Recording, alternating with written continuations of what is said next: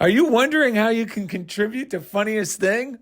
Don't flip out. Go to patreon.com/funniest thing. Whoa! Oh!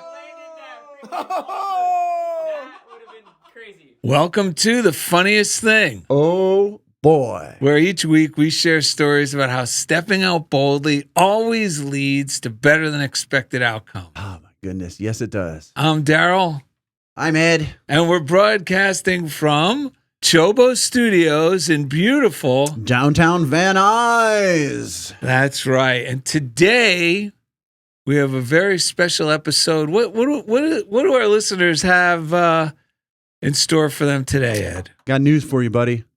Very simple. Joy first and good fortune follows. Yes. That's the name of the show.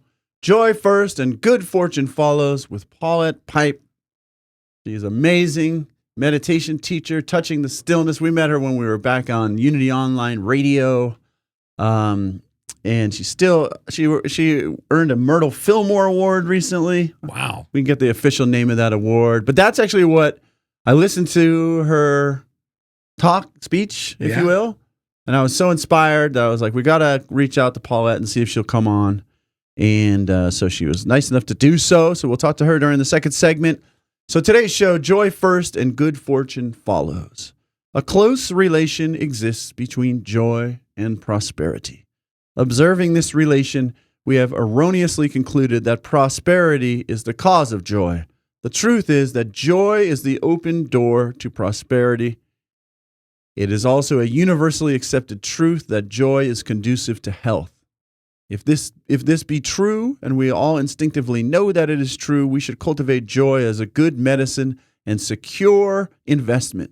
On this episode, that is so true. Darrell and Ed motivate us to think happy things, sing joyous songs, and radiate the buoyant health and accept the lavish prosperity which is divinely ours.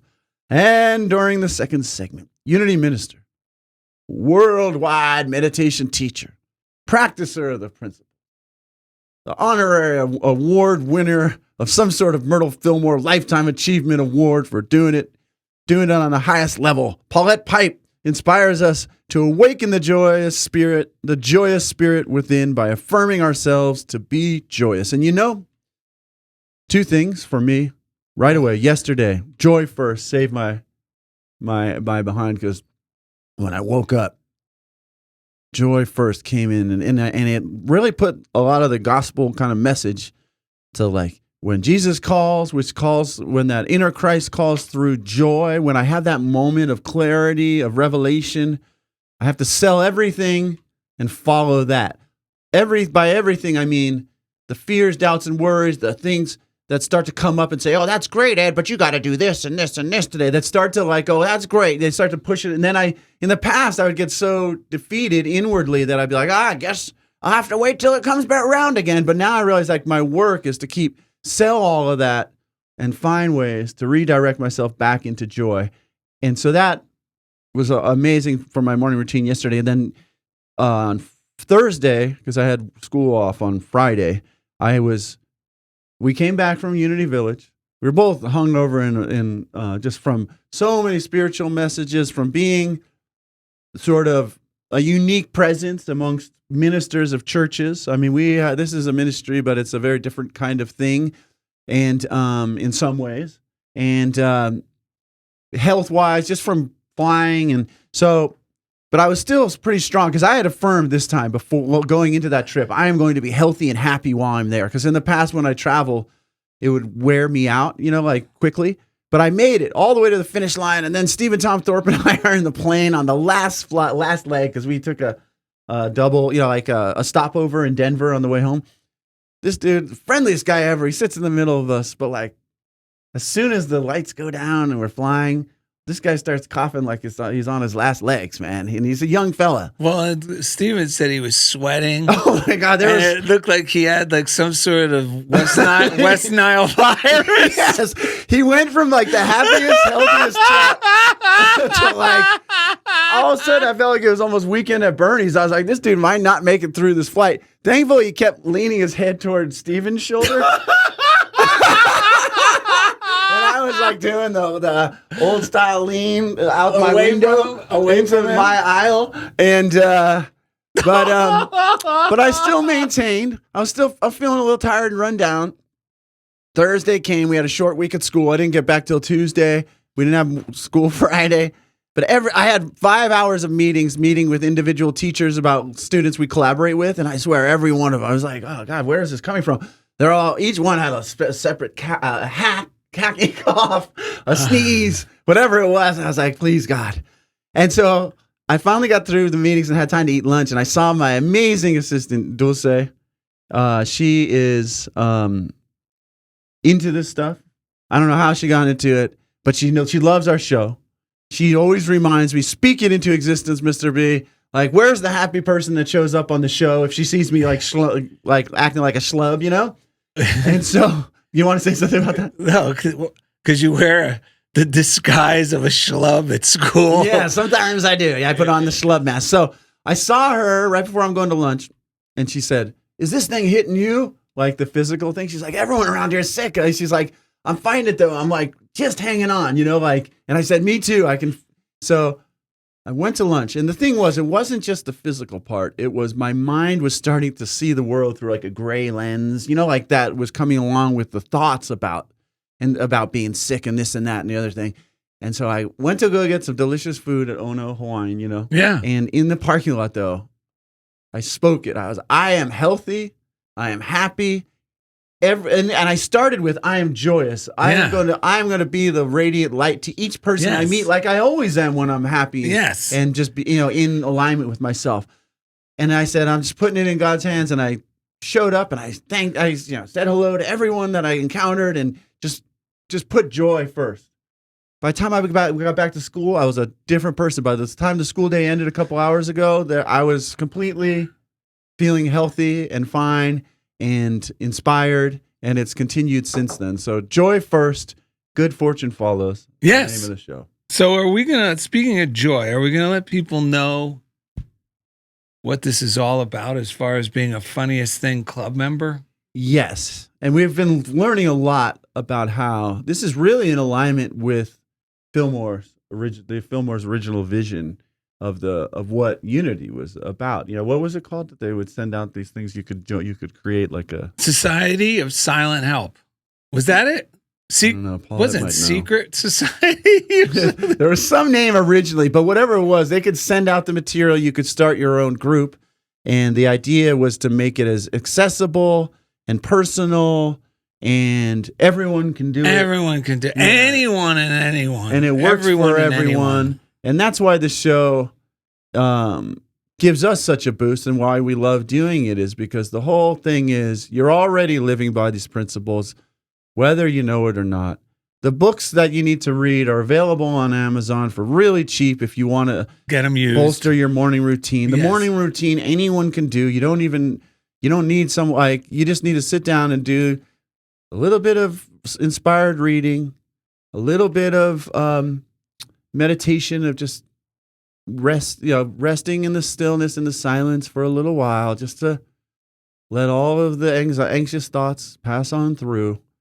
And then put your voice to it, make some affirmative declarations once you're in that inspired state of mind. Write down an inspired to-do list. Everyone can do it, and you can start now, and it works. Yes, it's very simple. And don't make it difficult for yourself. That's right. Just start by just waking up 7 minutes earlier. That's how I did it. Right. Read a few simple daily readers.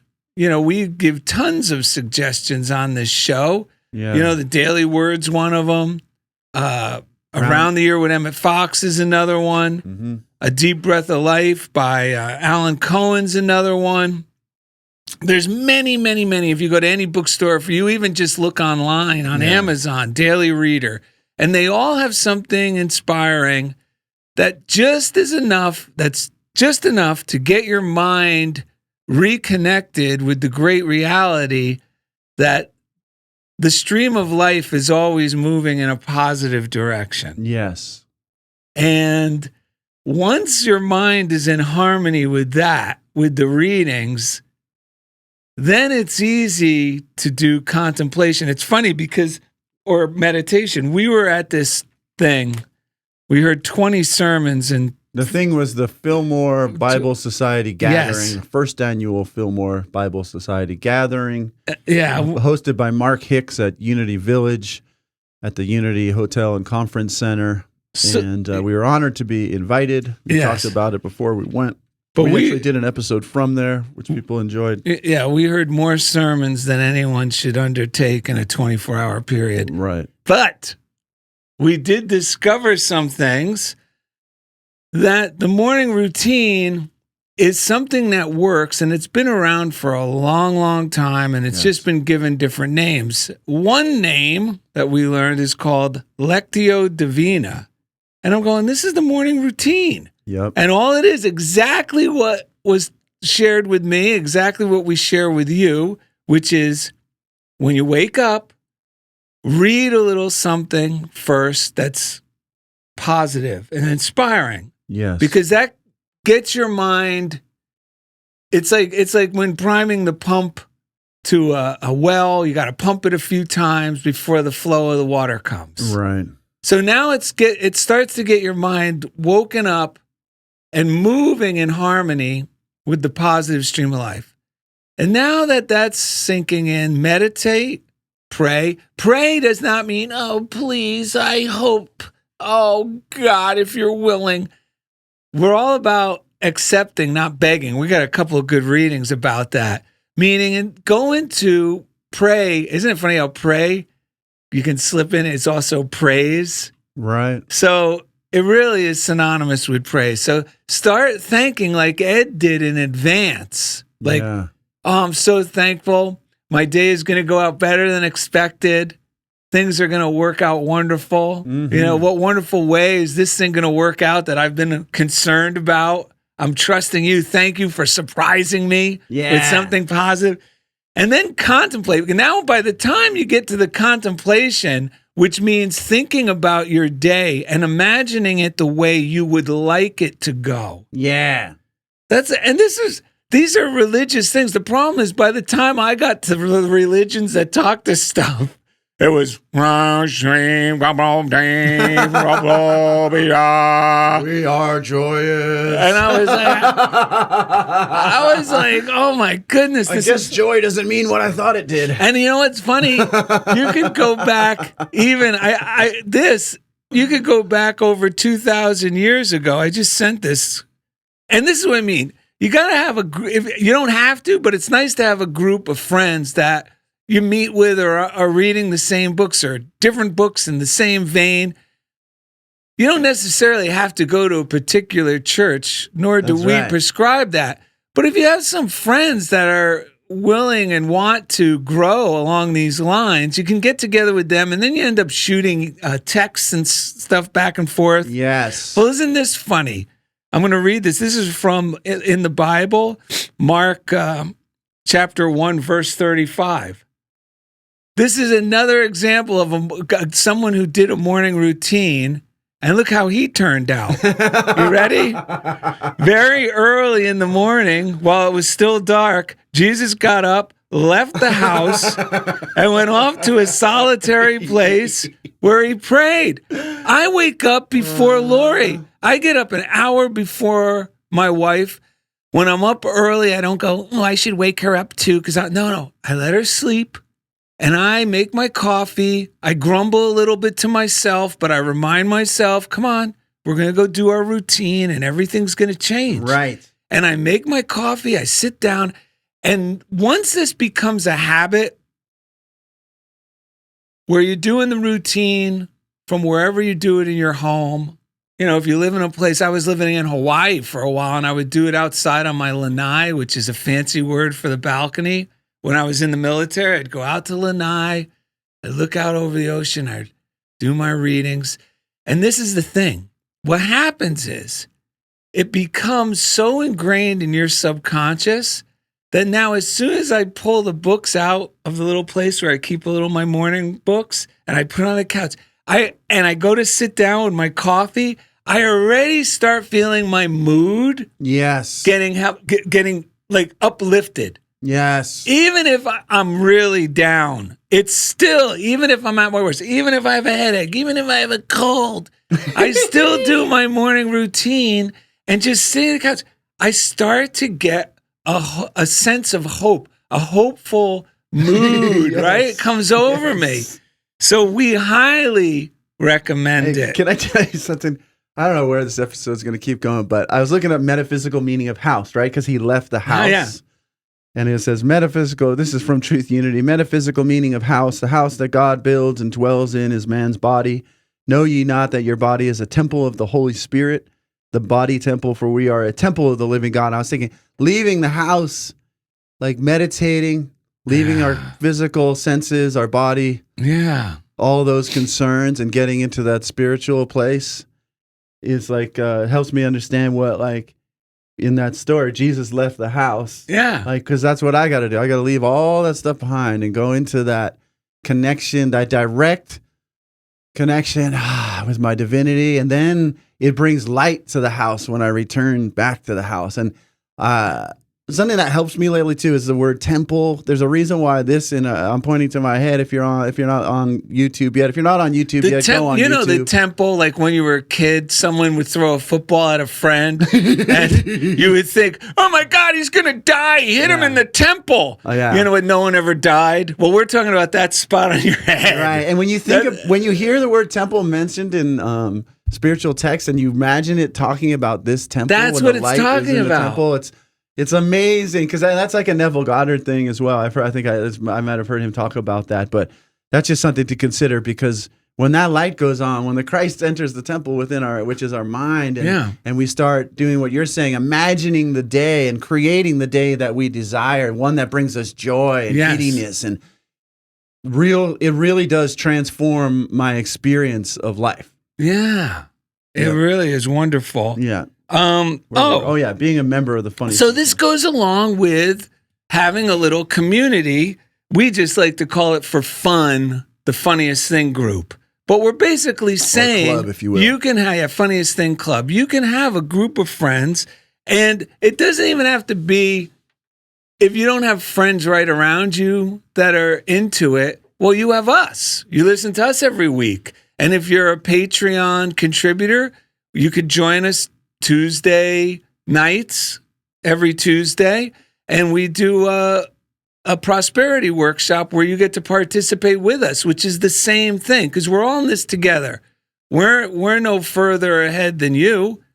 We're discovering it and applying it and getting results, and we get enthusiastic, and we like to hear how you do the same thing. Yeah. Oh, let me do like a coaching technique. Is our manager around? Oh no, here we go. He's not hearing. If you want to join us for the Prosperity Zoom and you're not on Patreon yet, hit us up and we'll give you the link. Hopefully it will inspire you to realize that you do have $3 that you could contribute. But that doesn't even matter. Yeah, we're not going to. If you're like going, I want to be on that call, hit us up. We'll send you the link. If after a couple tries you still don't feel prosperous enough, I might not give you the link again. But in the meanwhile, hit us up. But you will get results. I'm just playing. So this is something you can consider in your mind. This is what we do. We're a group of truth enthusiasts who live each day as ambassadors of God's love. So think about that. You know, when I was a kid, I always wanted to be a secret agent. And then when I discovered these things, it became clear that my job, and it was presented to me as an idea that I grabbed a hold of, was, you're in the Coast Guard, but that's just your cover. You're really a secret agent, an ambassador of God's love working on his behalf. Yes. And what that does is it takes the weight of any job you have off your shoulders, because it's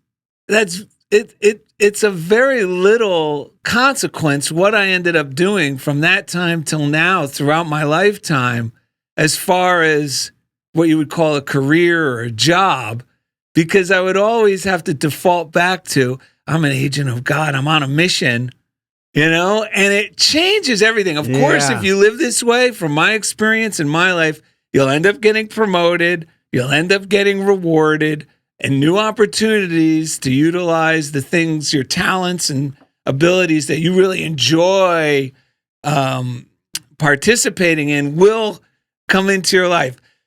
And then going on, as we consciously radiate love, which is what I just said here, another way of saying it, we perform everyday miracles and experience better than expected outcomes. It's another thing of saying joy first, good fortune follows.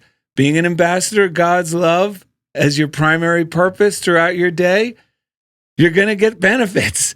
I'm not saying we're doing it expecting any benefits, because the fun is the intention that you're an ambassador of God's love. That's enough for the joy to motivate me to do things.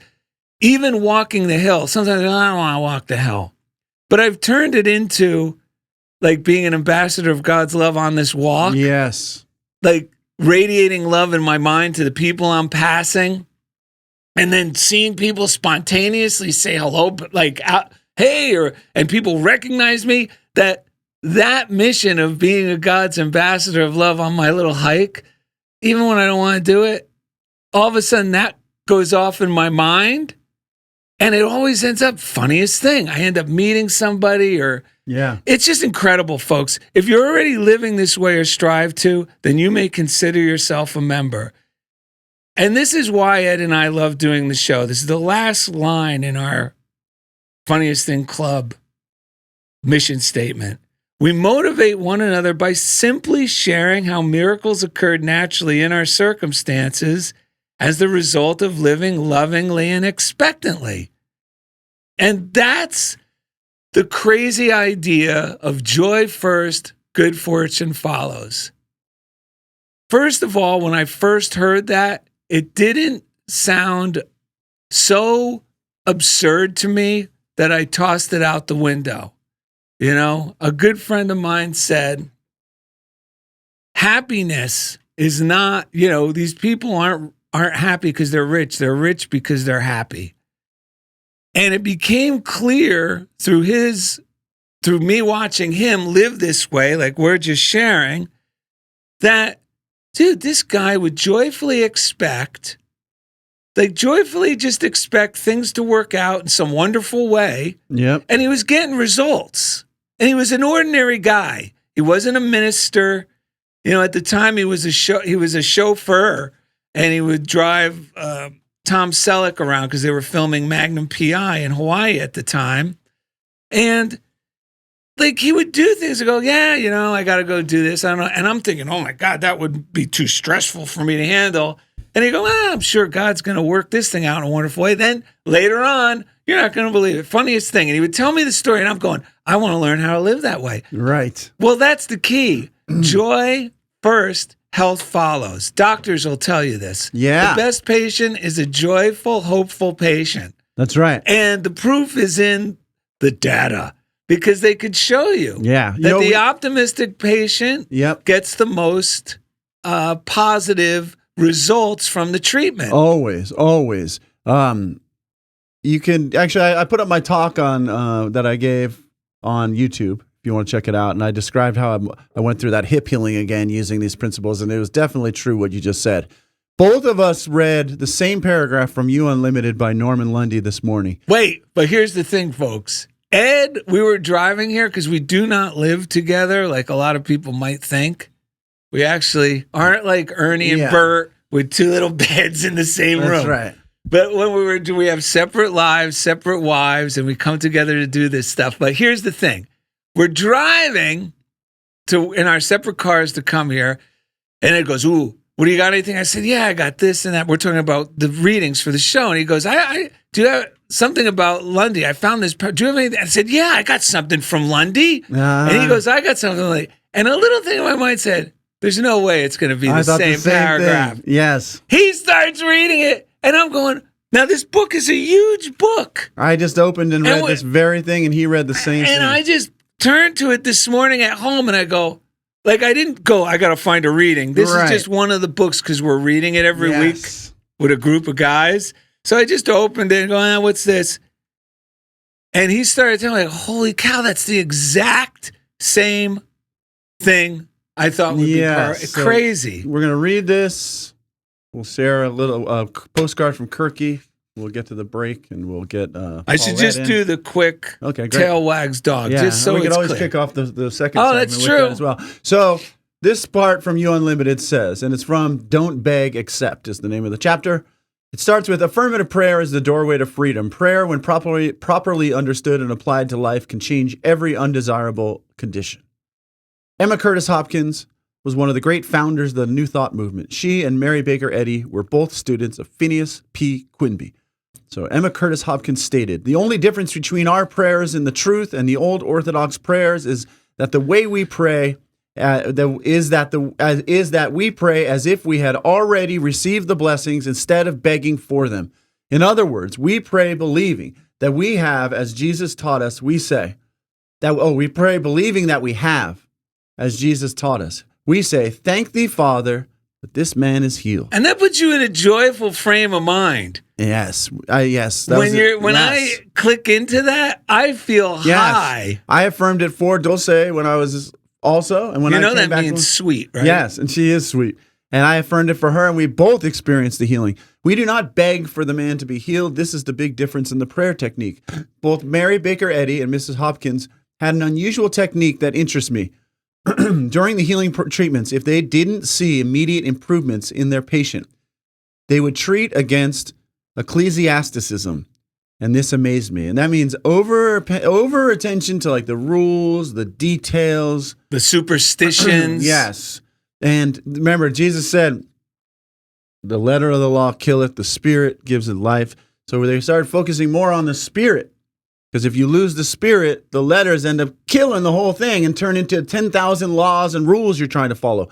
Whereas if you have the spirit, that's all you need, really. Why did they do this? Actually, for very much the same reason that Jesus often said, "The sins be forgiven thee, thy sins be forgiven thee." The mere shedding of the burden of guilt was often enough to heal. Certain religiosities had become so deeply embedded in the minds of the patients that they resisted healing. Belief that man was born to suffer was influencing them so deeply that they had to be freed, and this ancient fallacy before they could be healed. This idea that man is born to suffer, the superstition that his days must be filled with woe, is still being perpetuated in the minds of millions of people every day. Nothing could be further from the truth. Man is born to glorify God and nothing else. If we're not a happy people, healthy and joyously radiating love, we are not expressing God and are missing the very thing for which we were born. Yeah, that's why if you're listening to us now and there's something that you've been desiring, whether it's healing or prosperity or doing something that you've been gnawing and always wanting to do, but you've been denying yourself and putting it off, well, here's a fun game that you can do that actually it's a spiritual principle that has been around for thousands and thousands and thousands of years. Yeah. Jesus picked up on it. Other people have picked up on it. And it's simply this. Start imagining yourself as if you've already accomplished or you've already had that healing, the feeling of relief. Yes. The feeling of, holy cow, I've achieved the thing I've desired to do. Yes. How would you walk? How would you talk? How would you carry yourself if that was already true today? Yeah. And Mike Dugan, who was my mentor years ago, when I first started with this stuff, I was not too sure about how I was going to earn a living from the rest of my life because I didn't have a family to fall back on, and I was in the military. And when he met me, I was very low ranking in the military, and he helped me grasp this idea in ways that you would think are foolish or you would think aren't spiritual. But let me tell you, they are and they work because Yes. I have never been without sense. One of the things he said when I was struggling on this, I don't know how am I ever going to figure out how to earn a living? I mean, E3 and military. I don't know what I'm going to do after this. I don't know if I want to stay. He goes, Darrell, one of the things he said is, do you have enough money for today? What do you mean? Do you have enough money? Is your rent paid? Do you have enough money for your food today? Whatever you need today, do you have enough? Oh, I got more than enough. It was great. Hang on to that. And tomorrow you're also going to have more than enough. Another trick he did to me was, when I would feel insecure again, how would it feel if you just found out you won the million, and then it was $1 million was a lot of money in 1986. But just say you won the super lotto today. Think about this. How would you feel? Get into this. How would you feel if you found out, holy shit, I won the super lotto, honey, to your friends, to your family? How would you feel? You'd feel relieved. If you wouldn't feel relieved, you're a liar. You would feel relieved. Yes. And you would feel enthusiastic. And I said, I'd feel great. He goes, good. Then hang on to that. And you will always have more than enough. And you know what? I didn't have it in me to try to push and shove and struggle. And I just want to read this one thing before we close. So after our trip, Is this tail wag stuff? No. This is nice. Okay. Good. I was going to say, let's hit that after the No, break. we'll do that after. Okay, good. So I was talking with Steve and Tom Thorpe on the way because there was a lot of good things that we had awakenings. Yeah. Because of some of the things we heard that we disagreed with, it led to, that's why, you hear things you don't often agree with, doesn't mean there's not a kernel of something value to you, because it could kick off, it could really fire you up like Jesus got, disruption in the marketplace to where all of a sudden you really connect with what is true. Yes. So when I got back, I jotted this down because this is the irony of it all. Of all the things we're talking about today, especially with the idea of putting joy first and thanking in advance, I wrote to myself, isn't it ironic? The best and most effective realization is that using my will to fix, solve, or attain is powerless to do so. Yeah. It causes stress, strain, and pain. But believing, and I mean using my will to believe God will transform whatever it is for the better and resolve and bring opportunity, works every time. Yes, it does. Meaning we have a higher power at our disposal. The key is to remember it's not us. And the magic or the ignition, the key, turning the key that we have to turn it on is to simply believe it will bring about the resolution, the opportunity, and the healing. Yep. And it doesn't mean your mind isn't going to go back and forth, but that's part of the spiritual path. Just keep bringing it back. How would this feel now that? Or how do I feel now that I am healed? How do I feel now that I'm in the position I've always wanted? How would I walk? How would I talk? How would I treat people if I was that?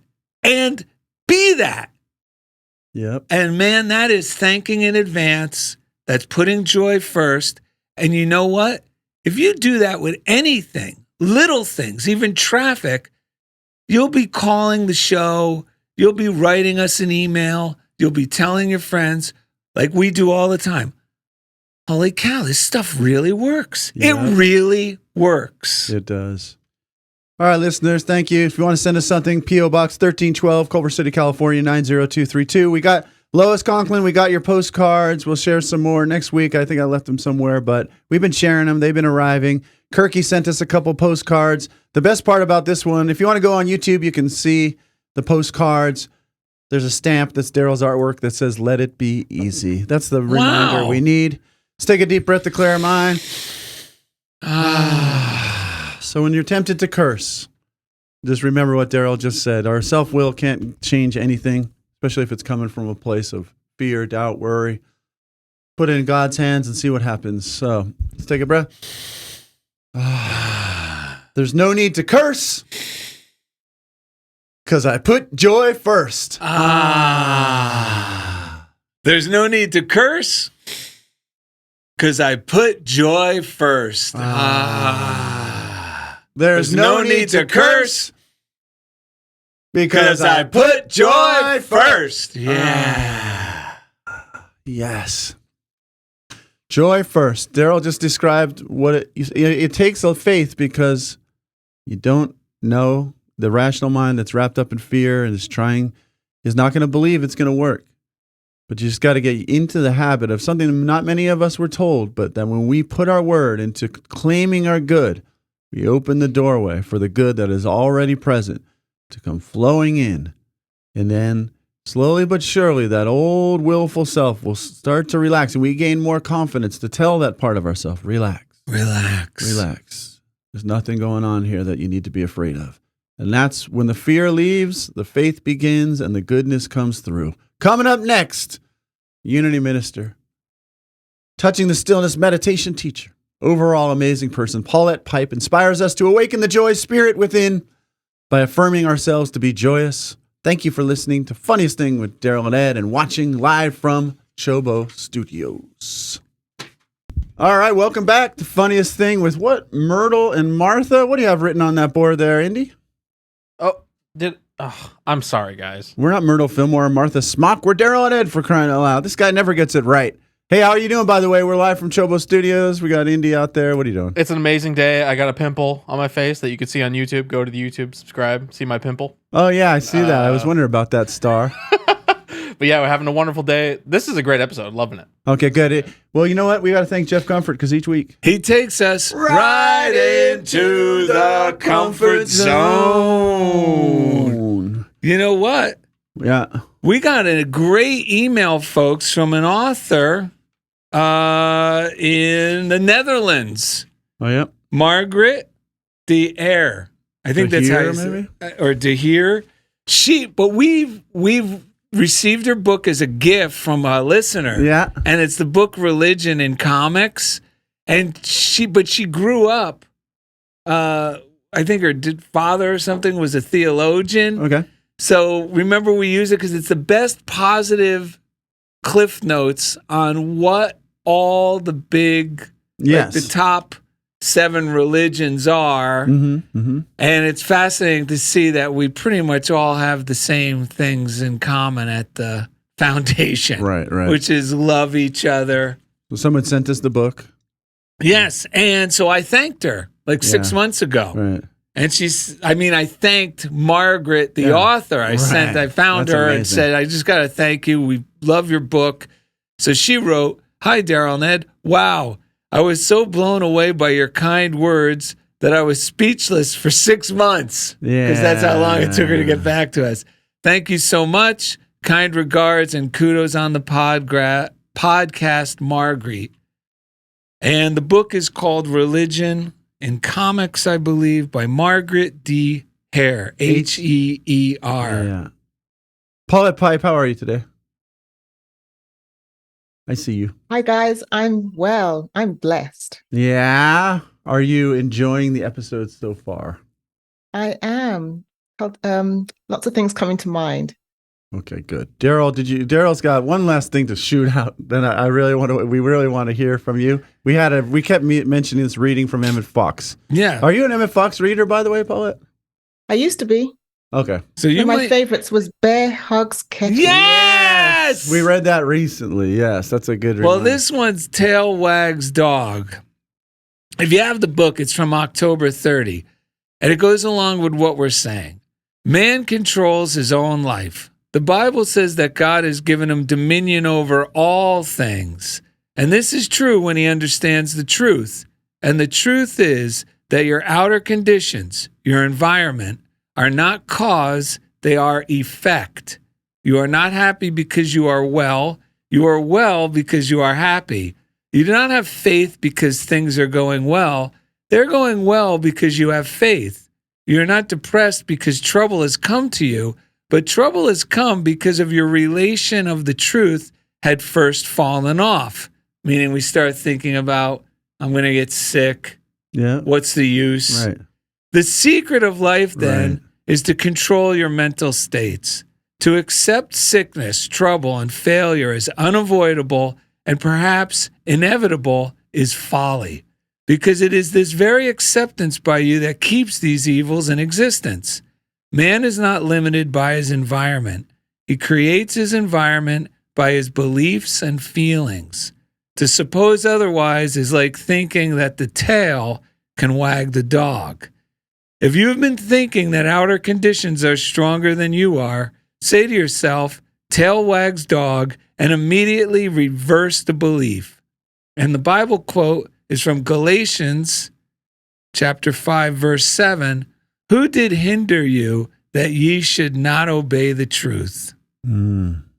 Which means we're living by these principles, whether we like it or not, and we get the results as a result of our thinking and feeling nature, whether we're ignorant of these laws or not. Yeah, we got to be careful what we let into our temple of our mind, because it will start reproducing those type of thoughts. Paulette Pipe is here today. So, Paulette Pipe, what are you thinking? What's going on? Well, you mentioned earlier. Oh, yeah. The Myrtle Fillmore Award she just held up. Fillmore Award. Yes. So thank you for mentioning that. Yes. It was a big surprise. It was a big surprise that you listened to my acceptance speech too. It was a surprise to me because I don't often go on Facebook, and somehow it suggested it. It was just perfect timing one night, and it was just what I needed to hear. And yeah, the divinity of that timing, and then us going to Unity Village, and now us together. Divine, and then us meditating in Myrtle Fillmore's old office on 9th and Tracy while we were there, and then getting in trouble by the minister. But that's a whole nother story. But yes, so. Yes, very powerful in that room. Mm. So as I was just listening to you read that Emmett Fox quote, it reminds me of a reading in Brene Brown's book, Daring Greatly, where she talks about foreboding joy. And when everything's going well, we're just like waiting for the other shoe to drop. Know that one? No. So do you know where the term waiting for the other shoe to drop even comes from? No. I think it's British. Well, you would know then. You're the expert. Back in the day when they came home from work, they didn't have TV and everything, so they'd come home dog tired, and they'd throw down on the bed and the shoe would drop. And then you're downstairs living underneath them and you can hear everything that's going on. So you're waiting for the other shoe to drop. Uh-huh. But anyway, in the book, she says that I'll read this if I may. Yes, in the culture of deep scarcity, of never feeling safe, certain, and sure enough, joy can feel like a setup. We wake up in the morning and think, work is going well. Everyone in the family is healthy. No major crises happening. The house is still standing. I'm working out and feeling good. This is bad. This is really bad. Disaster must be lurking around the corner. And that's what we do when we're living that expression of joy and we think it won't last. It's too good to be true. And we disrupt the status quo with those thoughts and that expectation, because like you were saying, we'll then attract that energy that will manifest the very thing we fear. The thing we fear has come upon us. Yeah. So yeah, that's what came to mind as I was listening to you read that Emmett Fox, Dog Wags Tail. That tail goes wags with, dog. Darrell just shared with our friend Kirk through a postcard the original meaning of the word worry, the origin of it. Yes. Which Do you is have the what, to postcard? choke or something? To choke, to strangle. That's Right. what the original origin of the word worry is, to strangle. Yeah, so The choke. it starts to choke off our good, like Emmett Fox would say, we put our foot on the hose of our good. Well, I didn't think I was allowed to think joyfully, because I thought if I did, I would be setting myself up for trouble. Isn't that crazy? And the same guy, Mike Dugan, when I was early, I was like, but Mike, because he's going, aren't you great? Look at how your life's going. Like, because I was getting results quickly because I was so desperate So I was like reading these books and believing what they were telling me. Right. And so I confide in him. I go, he goes, isn't this great? He goes, yeah, but I'm waiting. What about when if the other shoe drops? And he said, wait a minute. Don't worry about the other shoe dropping. Trust me, you lost that other shoe a long time ago. And it was just a funny way to once again click my mind. Yeah. And so I would just, anytime I would start worrying, like even now I could do it. I'll go, wow, I feel great. I'm excited. Oh no, I'll probably find out I have some terrible ailment, and I'm wasting my time. I'm trying to be fit. It's insanity. But I keep remembering of him saying, no, you lost that other shoe already. Yeah. You lost that other shoe. And it's like putting our life on hold. Like in that same book, she gives an example of this guy who he was in his 60s, and he used to think like you were just mentioning, that the best way to go through life is just expect the worst. So when something good happens, you feel a bit better. And then they had a car accident, and his wife died in the accident. And he realized that nothing would have prepared him for that, as much as he was expecting the worst. Nothing would prepare him for that. And then worse still, he was grieving all the wonderful moments that he didn't get to share with her because he had this life on hold, expecting the worst. Wow. And in the book, he says, my commitment to her is to fully enjoy every moment now. I just wish she was here now that I know how to do that. Wow, that is really good. This show is getting better and better. Yeah, that's amazing. And it just is, when I think about that story, it just makes me think that she's smiling down, going, I'm here, and I'm right here with you. And it brings me great joy, and it will be quicker than you think that we'll be together laughing about this whole thing, because that's one thing that happened when we were at Unity Village, really connecting with the spirit of these teachers. I connected with the spirit of my grandmother, had a talk with her and my grandfather. And, because going into that place, every time I go to Unity Village, because we got no reason to be there other than to connect with the spirit, because we're not there on business of any sort. Like we're just there. We've been invited to be there. And, it's profound.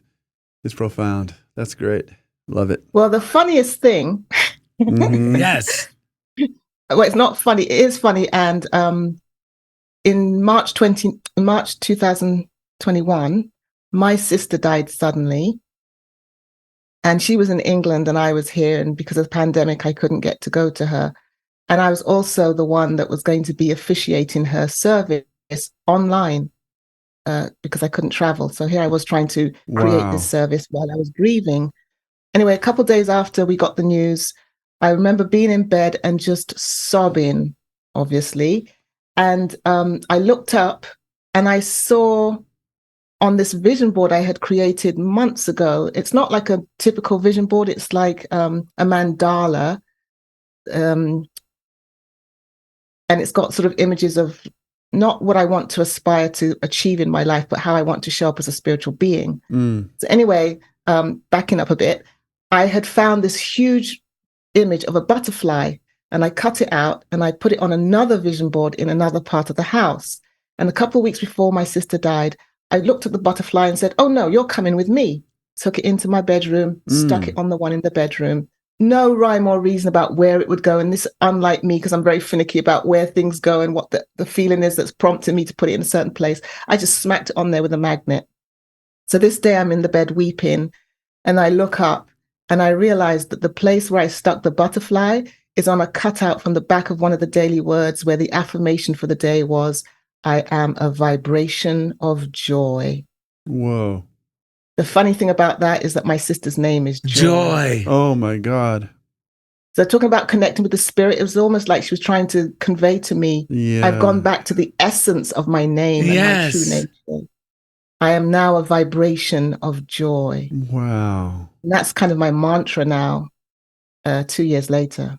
That's amazing. I like what you Wait, this is crazy. I like the way that you... Oh, yeah, go ahead. Wait, first of all, we had no idea this show was going to be about joy until 2 days ago. Yeah, that's amazing. And isn't this crazy? how it's all coincidentally perfect. I love this stuff. And then that ties into what I was just going to say, which is that it really is about vibration, because when we attune to the vibration, then we don't need to talk about it. We don't need to we don't even need to know on that rational level where we think we need to know, because it's being guided from within all the time. I think that's what I'm going through, like a metamorphosis myself, like relating to this job that I've been doing, which is a lot of self-will to keep me going to a public school and doing all the stuff that I don't really feel aligned with, like and realizing that I'm the one bringing myself there every day. So I'm not a victim of anything, but I just can't do it anymore. I can't keep forcing myself to do that when I know God is calling me to do something else. That's really what it comes down to. And that vibration, because even today I'm like, a little grumpy. Do I really want to be doing the show? But what it really is, I just don't want to be controlling anything anymore. I don't want to be in that, I don't want to be in that controlling from a place of fear where I'm blocking out what God is saying, because God's already taken care of it. That was my talk title at the Unity gathering, was God is already doing it. That's what came to me when I was sitting in there. And so then it's like, about how do I tune in? How do we tune in? Because God's already doing the joy. God's already doing the thing. And how do I tune into it? And vibrationally I love how you just said that. What was the affirmation again? I am a vibration of joy. And I hate to tell you this, but I'm borrowing that too. We're all vibrations of It's joy. the daily now. words. It's not mine. I just happen to smack the butterfly, which is the symbol of her metamorphosis, really. Yeah. It was like, but I just mean we're hopping on your sister's spirit as well. We're taking that with us as well. So thank you. And you were talking earlier about the incident at school, and you turned it into gratitude. Was that you? Or I have no idea. I don't know who said what, but anyway, that was you. So my question for you is, have you blessed the situation at the school that you feel like you're completing with? Yeah. Because when you can bless it, then you can release it. Yeah. But the more you try to push it away, Agreed. the more you create your suffering. Agreed. And there's a quote, who is it? It was on YouTube. It was Rachel somebody, I can't remember her name, but it was a quote not on YouTube, on Facebook, that says, sometimes you have to let go of the picture of what you think life would be. No, sometimes you have to let go of the picture of what you thought life would be like, and learn to find the joy in the story that you're actually living. Yes. Well, that I agree wholeheartedly, and that's kind of been my path, is to keep blessing and keep transforming, because there's a lot of sort of undercover resistance all around me in that environment at times, and it's like people who are suffering and just turn it into greater resistance and hold it even tighter, and and I can see that. I know exactly. And yesterday I had a breakthrough moment with my friend who I was telling about this, and the blessing of it was this realization that there's been a part of me that thinks that I'll just do a little more and then I'll earn my way out of it. I'll do a little. But finally, I just gave myself credit. This was a big blessing of this. I said, I've been a part of the transformation of countless families, of countless situations, and part of the blessing is blessing all of those things that I haven't really been fully appreciating and acknowledging about what I've done. Because I've said it from the beginning, like last year when I started talking about really recognizing it's time to at least acknowledge something new is coming and start cooperating with that. And it was, a lot of it. I said, I want to, if and when I was to leave this place, when I move from this place, I want it to be a celebratory leaving, not like I got out of there, I got beat up and I had to leave. Nothing like that. I want to leave there and more that I keep saying that, the more appreciation I get from the environment, the more my voice is being heard, the more I'm feeling it, and the more that's setting me up as a success rather than leaving something as a failure, right? So I appreciate what you just asked, because I need that to be asked again and again and again, because my mind does keep wanting to go back to victim of this, but I can feel you just said it, bear hugs kettle. That's bear, right? Hugging the kettle. Right. So thank you for hugging it tighter. Thank you for that. And what was the phrase you guys ended the last segment with? I don't curse because what was that? It said, there's no need to curse because I put joy first. And Yeah. sometimes the repelling of the thing that's growing your consciousness, because you're going to take the teachings and the blessings and leave the rest eventually, can be like you're cursing it rather than blessing it. Yes. So you don't have to curse. You say it again because it's not. There's no need to curse because I put joy first. There's no need to curse because I put joy first. And so it's finding the joy in what you're actually living, and then you just ease your way out of there. I'm sorry, this sounded like a counseling session. I didn't mean it to. Well, that's why we secretly do it. I mean, that literally, you're helping me. Yeah, this show's a counseling session every week. Yeah, when we bring people in like you, so when you have an intuitive thought like that, I don't overlook it, because it really, I always tell my wife, and I'm being ministered to during these shows all the time. Otherwise, I wouldn't be doing it. It's like, because we come away renewed and refreshed. And it's really important because I have 2 meetings on Wednesday for 2 families, and I got to do the paper. And it's easy that triggers a lot of potential for cursing. But the truth is, these things always turn into joyous metaphysical meetings. And yeah, this is just an old habit of cursing that's like, coming back. And I got to give love to that part of me, because there's a part of me that just felt so overwhelmed by stuff when I was younger and didn't have the tools and just was like, So I just got to love that part of myself, realize I'm not in any danger.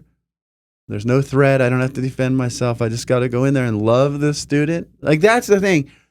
I teach through love. And then when they start going, what are the measurements? I'm like, holy crap, I don't even know if I've done anything. But then when I take the time to reflect on it, I've done all of that too. I just don't see it through that lens. I just see it through loving my students, loving their family. And for me, like, all this other stuff, I'm doing lesson plans, but I don't even think of that as, that's just some weird thing I got to do to get to the point where I can just love and celebrate life with these kids. So you just helped me. And I thank you both. Like what Darrell was saying and what you just said is really helpful, because when I'm cursing, I turn into like a control freak, and I don't think of myself that way, but I can do that. And I don't like that. I don't like the way that feels. I want to be out there having fun. And I want to step boldly into this environment that needs the love and the fun and the joy. Because when I walk through that campus, more and more people are like, dude, you're like a celebrity here. Because I go into a room, Mr. B, they're high-fiving me. I have handshakes with kids. I do stuff that I would never even do before dances, and so there's definitely a lot of good happening there, and it's helpful for me to reframe it and recognize that, because the metrics through which things are often looked at in that environment don't often highlight that, as well as they could be. But so thank you. And sometimes joy is like a Trojan horse, because we transpose the word joy and happiness, right? So joy is innate; it's not affected by anything happening outside of ourselves. So you've made this theme for the day about joy, and it means we're going to be lighthearted and everything's going to be, funny and happy. And actually, joy has this function that it can hold the space, it can marinate, it can root in any environment, which is what that quote I was that just squandered was talking about, right? That you can learn to experience joy in what you're actually living, whereas happiness is, but if this happens and when that changes. And so I say it's like a Trojan horse, because I have this retreat workshop that's called Simple Joys, Juicy Living. And it's about finding joy in the simple things of life. And people come to that because it's like, oh, thank God, she's not going to be talking about meditation and prayer and heavy stuff. We're going to go out and have some fun. And yes, we do. And then we end up in this place because you're open and lighthearted, and that vibration of joy, we can go deeper with the meditation, deep with the inquiries, and you didn't see it coming. Yeah. Whereas if I said, we're coming together today for this workshop, this retreat, to really look at our places for growth and, to really experience deep meditation, they were like, you're on. Yeah, you're right. So, yeah. Joy is the lubricant, right? To make that available. Like, I cried during our last show that we did at Unity Village after I had this connection with my grandmother. But the joy is what allowed me to feel like how much I still love her and she's not here. And it allows me, like, even now I feel it. But it's not sorrow. There's like the tears are like, it's just reawakening how much I still love this person.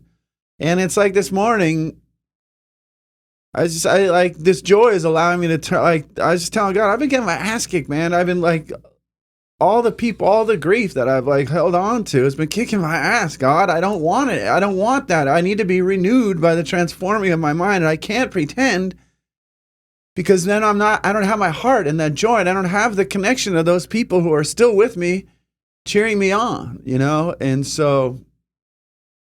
I don't often like to get too worried about is it called joy or happiness, but I do hear what you're saying in the difference in at least for this purpose of what we're talking about. This joy encompasses the whole of living, which includes saying goodbye to people that we love sometimes before I'm ready to do that.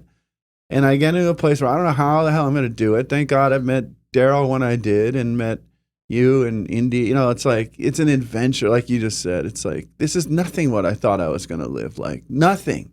Like, Right. nothing. I never did. When I think 26 years I've been teaching in special education, and I had no inkling of an idea that I would do it at all, teach or anything. I had like some arrogant ideas about what it was going to be, but even that was just talk.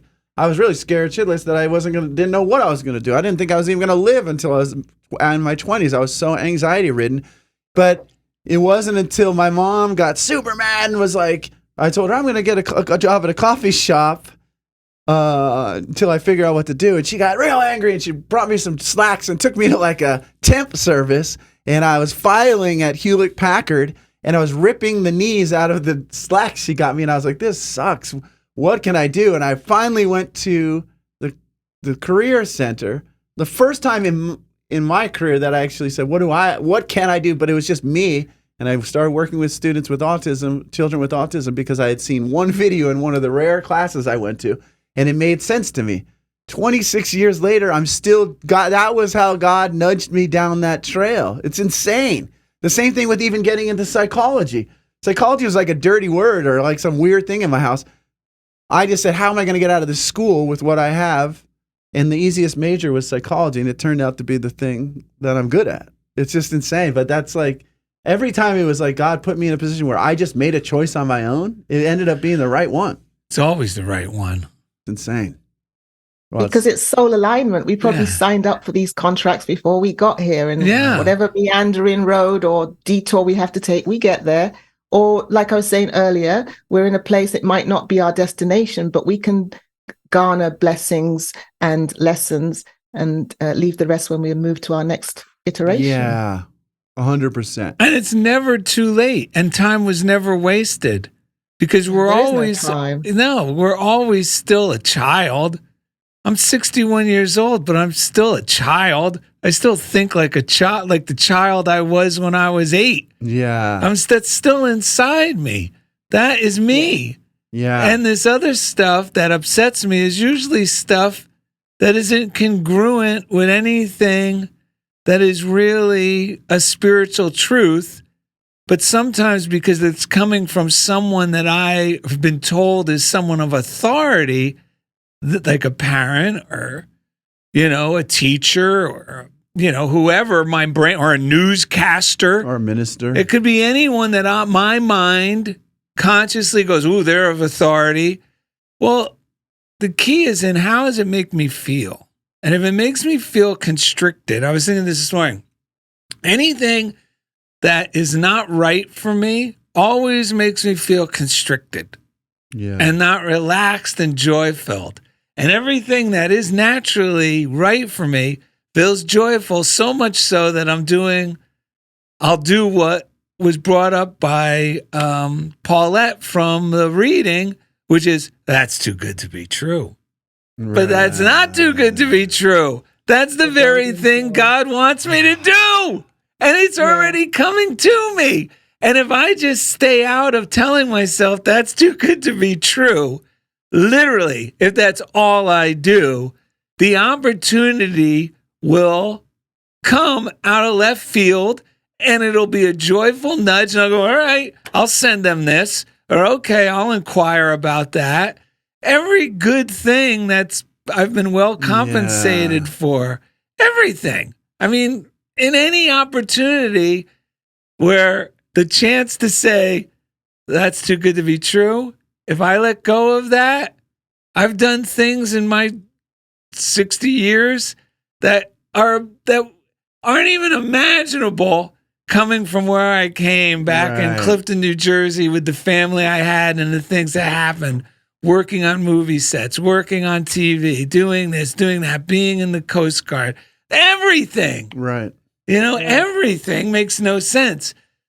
But the hardest part is giving up that falling prey to the general consensus of doom and gloom. It's too good to be true. Everyone's going to get sick.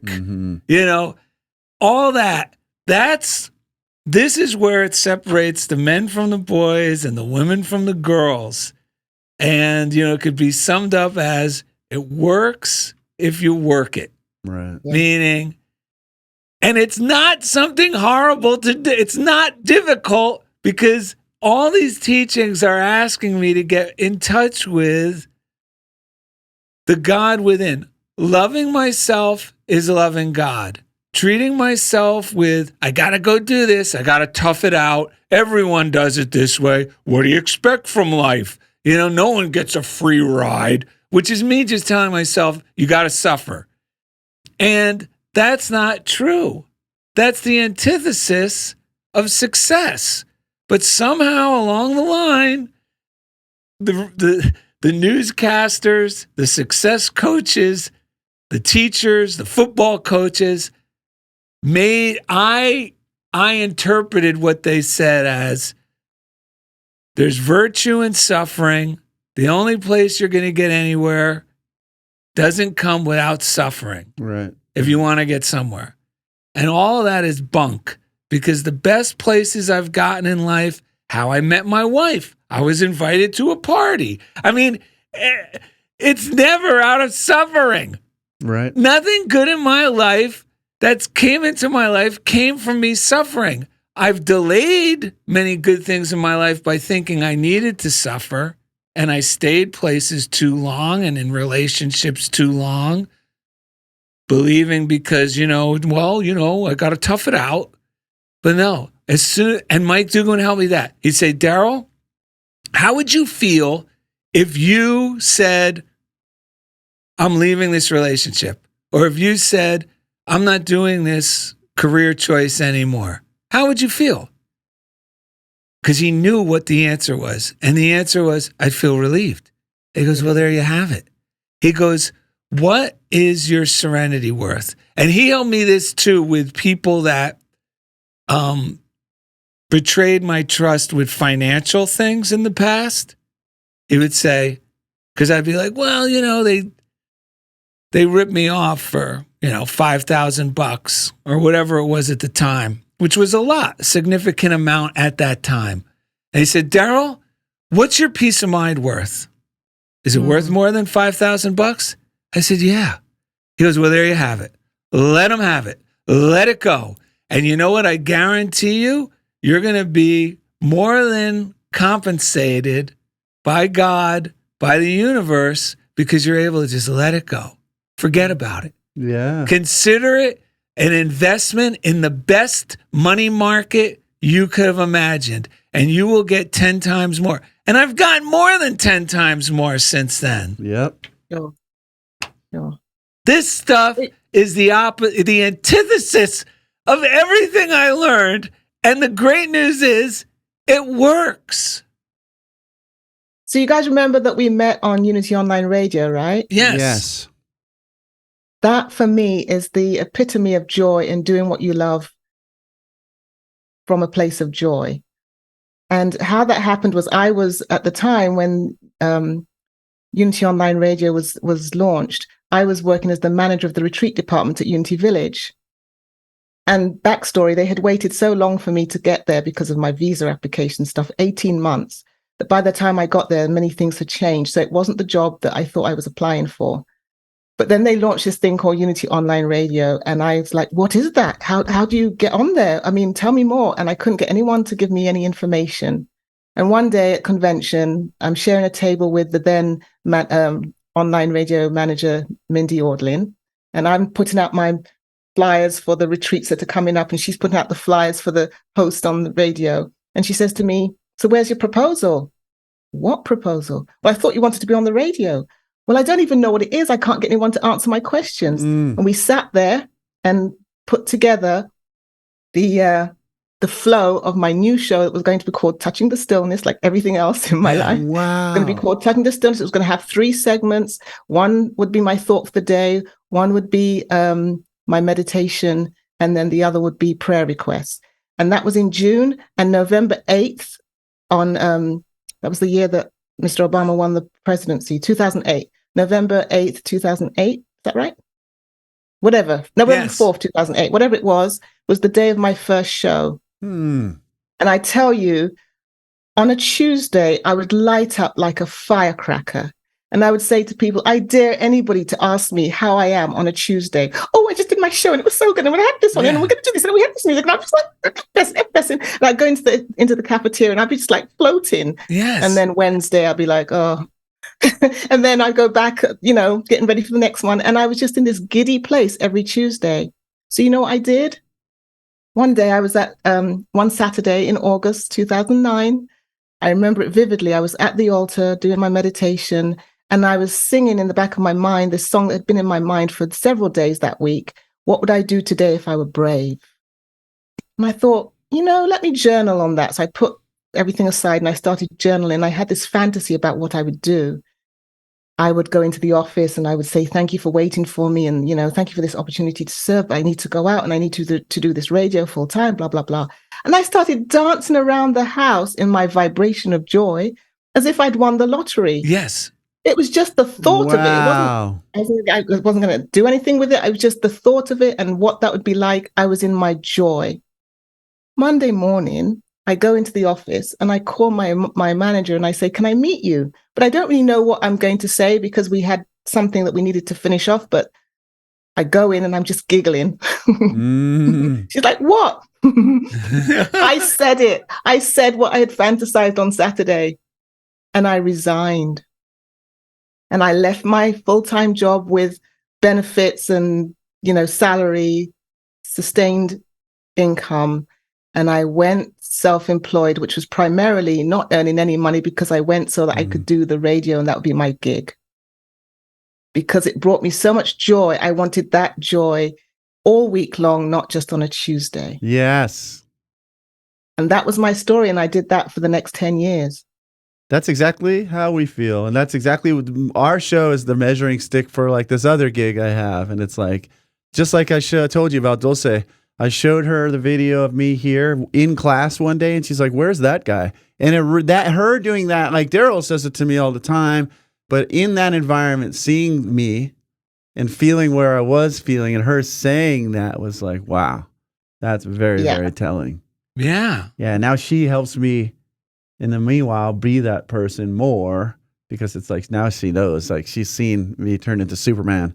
Right. I can't keep as one door starts to close and the other one gets ready to open, but you can be your authentic, joyful, vibrating self. But you're giving me the next step, which Darrell and Stephen Tom Thorpe gave me the book. What's it called about that little red book? It works. Remember that little red pamphlet size book?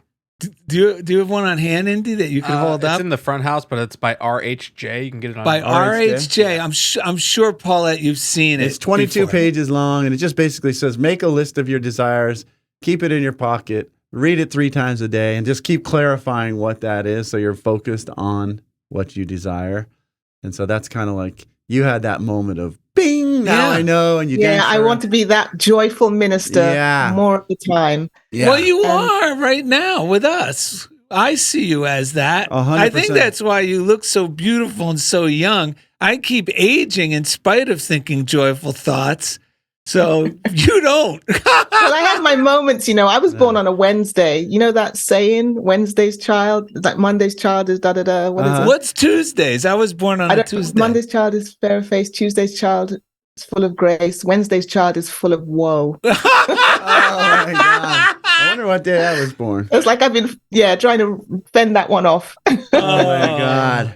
Well, you're doing a great job. I am so happy you joined us today. Are we going to get a little joy meditation? Yo, can we do a short little joyful meditation before we close? Sure, I have a meditation that's called mudita meditation, and it's a bit like loving kindness, metta meditation, but you're focusing on cultivating joy. Perfect. You guys got to hold this a second. I got to pee. I'll be right back. Oh man. So while we're waiting, let's have a joy break with the following affirmation from one of the cards in Gabrielle Bernstein's card deck that says, "When I introduce joy to a situation, I change the vibrational frequency of what's happening around me." Yes. When I introduce joy to a situation, I change the vibrational frequency of what's happening around me. And so it is. Ah.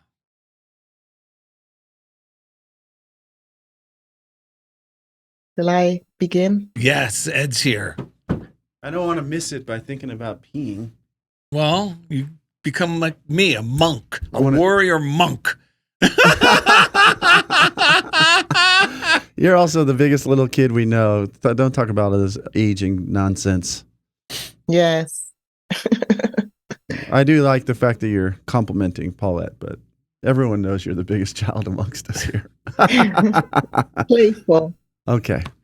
It's a spiritual quality. Indeed. So I'm just going to repeat that affirmation one more time. When I introduce joy to a situation, I change the vibrational frequency of what's happening around me.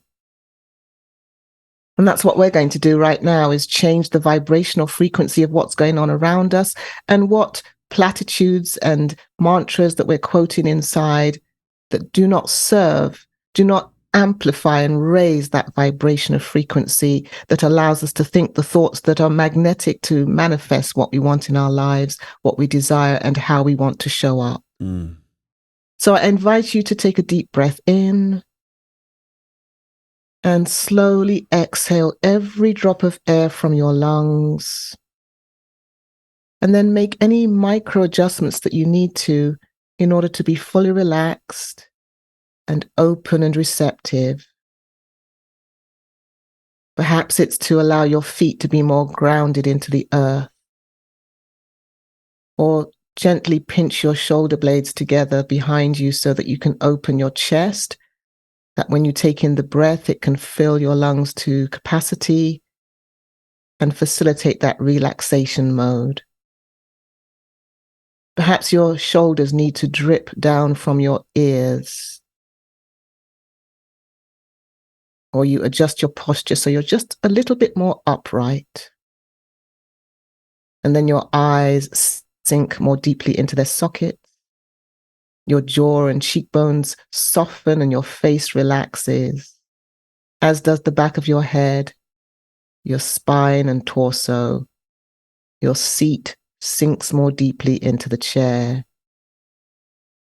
And as we breathe in, pause, and exhale, we feel that vibrational frequency of joy settling into our bones, settling into our being, and yet radiating out from us. Now I invite you to bring to mind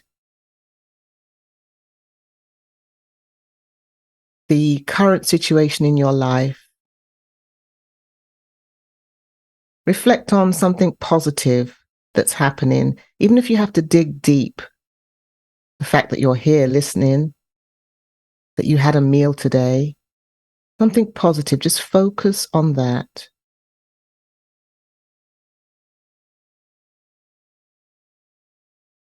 Focus on appreciation and gratitude. And then silently repeat, may I be joyful. May my happiness increase.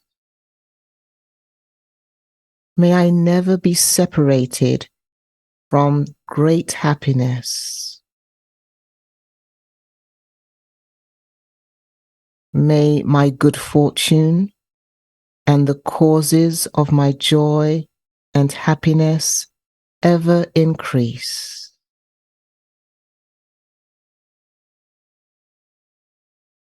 Breathe in, exhale.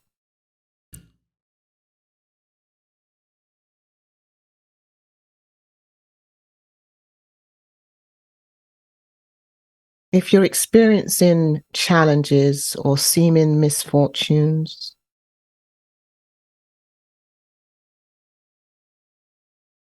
see if you can find something, again, no matter how small, that you can focus your appreciation on. Remember, sometimes you have to let go of the picture of what you thought life would be like and learn to find the joy in the story you're actually living. So no matter how minute, pinpoint something positive, something you can be grateful for, something that elicits your innate joy, and breathe into that. Breathe in joy. Exhale the pain, the confusion, the doubt, the regret. And silently affirm again. May I be filled with joy. May I be joyful. May my joy increase. May I never be separated from great happiness. And may my good fortune and the causes of my joy and happiness increase.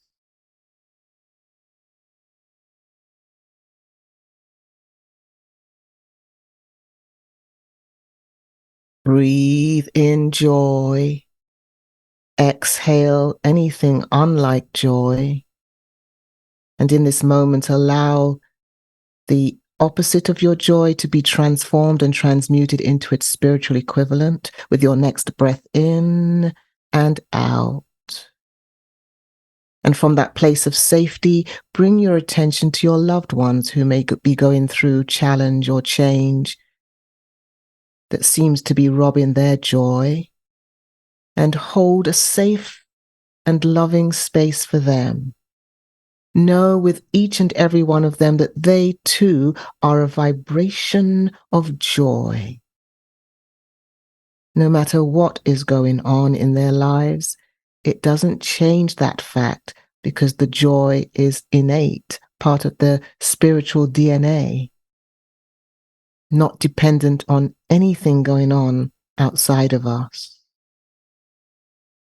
Breathe in joy and exhale that vibration of joy in your loved one's direction and affirm for them. May you be joyful. May your happiness and joy increase.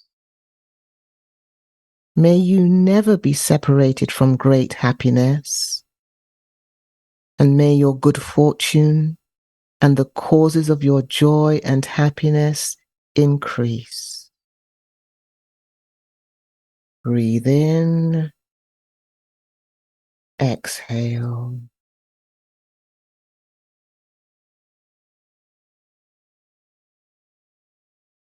And now bring your attention to those who are your teachers, your button pushers, those who irritate you, frustrate you, those with whom you disagree or may be in contention with.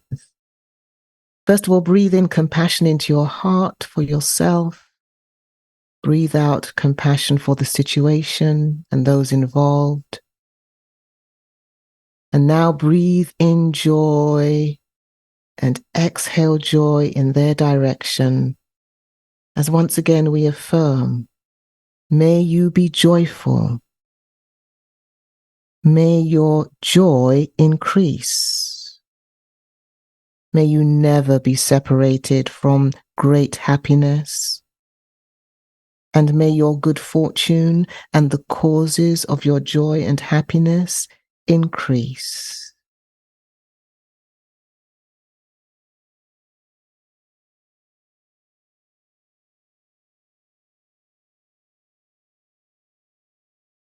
And lastly, we close our mudita, cultivating joy meditation by extending and appreciating joy and well-being, not just for ourselves, but for all others now and in the future, in all directions of time, space, sequence.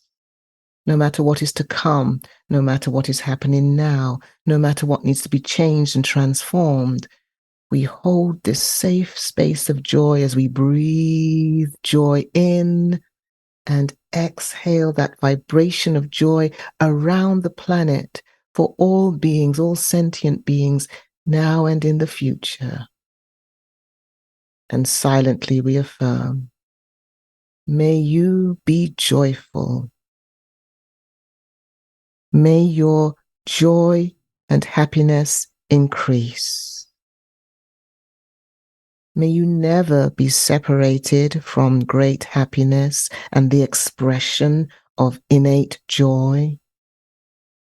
And may your good fortune and the causes of your joy and happiness ever increase and be expressed regardless of the situation, condition, or circumstance you find yourself living in right now. Breathe in. Hold that breath. Exhale joy.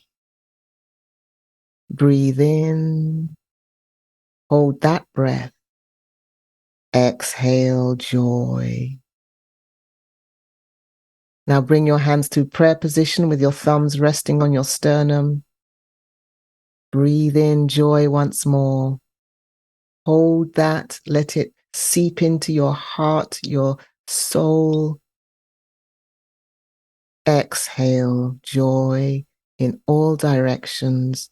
That also includes yourself and your environment, your loved ones, your community, and the entire world. From that place of joy, unimpeded by any situation or circumstance, to that place of joy in me, I bow to that place of joy in you. Namaste. So be it.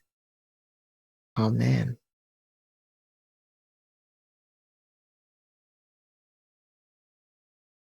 Ah, Whoa.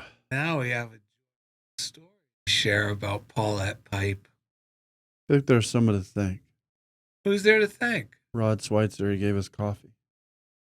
Rod Schweitzer, thank you for the delicious coffee. Thank you, Nancy Norman, for the mugs. Oh, yeah, we got our shirt. Oh, Nancy Norman. We got our shirts also. Oh, we got a hat for Indy from Groundwork Coffee. We got shirts while we were in Unity Village. Mine says praise well with others. It has the silent unity. What do you call that thing up there? Coppola? Paula. Yeah. Coppola. And yours says heavily meditated and has the labyrinth. And then, Lori saw that. My wife saw this. I go, what do you think of my shirt? She looked at it. Heavily medicated? I said, no. And then she saw it, heavily meditated. yeah. Man, I could feel that joy in my bones. Yes. That was amazing. Paulette Pipe, where should they reach out to find you? Yes. Touchingthestillness.org is my website. I too am on YouTube, Paulette Pipe at Touching the Stillness, or is it Touching the Stillness with Paulette Pipe? Anyway, either of those names will get you there. And I'm also a teacher on the Insight Timer app. Wow. Whoa, celebrity. That's great because a lot of people don't know the Insight Timer app is the best little free meditation app you can get. And if you're having trouble sleeping at night or you want to take a break in your car, you can choose the topic or the meditator you enjoy. Yeah. And now you could punch in Paulette Pipe. Yeah. and listen to one of her meditations. The alliteration. I also have a live event on Insight Timer every Wednesday where we meditate, and it's dedicated. We spend time in noble silence that's dedicated to the entire world and those who are suffering, because there's always some story in the news. So we take that and we focus on clearing the energy in ourselves and standing proxy for them. What time? And then I do another one that's 1:00 Central Time on a Wednesday on Insight Timer. Mm-hmm. And then on Zoom, I have bi-weekly a 30-minute meditation, and you can get the information about that on the calendar page of my website. Okay, great. Wow. Punch in pipe, man. That's a good alliteration for you to use. Punch in pipe. Or it could be Paulette Piping Hot. Yeah. Like they say at Unity of New York. There you go. That's awesome. Do you have anything on Inside Timer? I had one a long time ago, that one we did. Yeah, so you might be able to find Darrell on there too, because that rings a bell. Now, are we going to tell this story we found about Paulette Pipe when she was a young girl going to school in Surrey? That's right. She was already touching the stillness, very mindful back then of what she was hearing. And one day her science teacher, Mr. Smarty Pants, was teaching about atoms. At dinner that night, Paulette looked very concerned. Her mother asked her, "What's wrong, Paulette?" Paulette shared.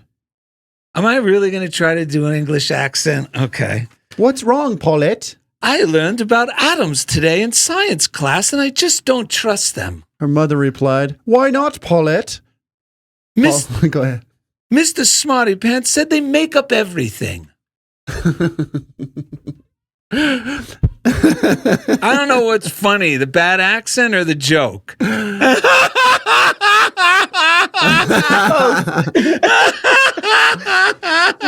I was just curious. I mean, what? Who can take the sunrise? I don't know. Sprinkle it would do. Cover it in chocolate. And a miracle or two. The Candyman can. Oh, yes. The Paulette Pipe can. The Candyman can, 'cause he mixes it with love and makes the world taste good. That's right. Paulette Pipe, we love you. Touching the stillness. .org. Visit darrellanded.com to find easy links to everything we do. And thanks for being a part of Funniest Thing with Who Darrell can and Ed. take a rainbow? Wrap it in a sigh. Soak it in the sun and Make a groovy lemon pie. The Candyman. The Candyman can. The Candyman can, 'cause he mixes it with love and makes the world taste good. Woohoo! CHOBO loves you. Darrell and Ed love you. Paulette Pipe loves Thank you for having me. you. $500. Really? See, $200 for you, sir. $100 for you. What the heck? Oh, no. $100 for you. No way. Are you serious? Yeah, I'll give you 100. Of course. Thank you so much. When you record your podcast at CHOBO Studios, you're helping people in need. Here at CHOBO, we take a bold stance on helping the community by giving away 10% of all revenue, not just profit, to kind, hardworking people in the streets of Los Angeles. And thanks to all these wonderful podcasters, we've been able to give $1,400 this year alone through our kindness initiative, CHOBO Kindness. Brought to you by CHOBO Studios, LA's premier podcasting powerhouse. Follow for more.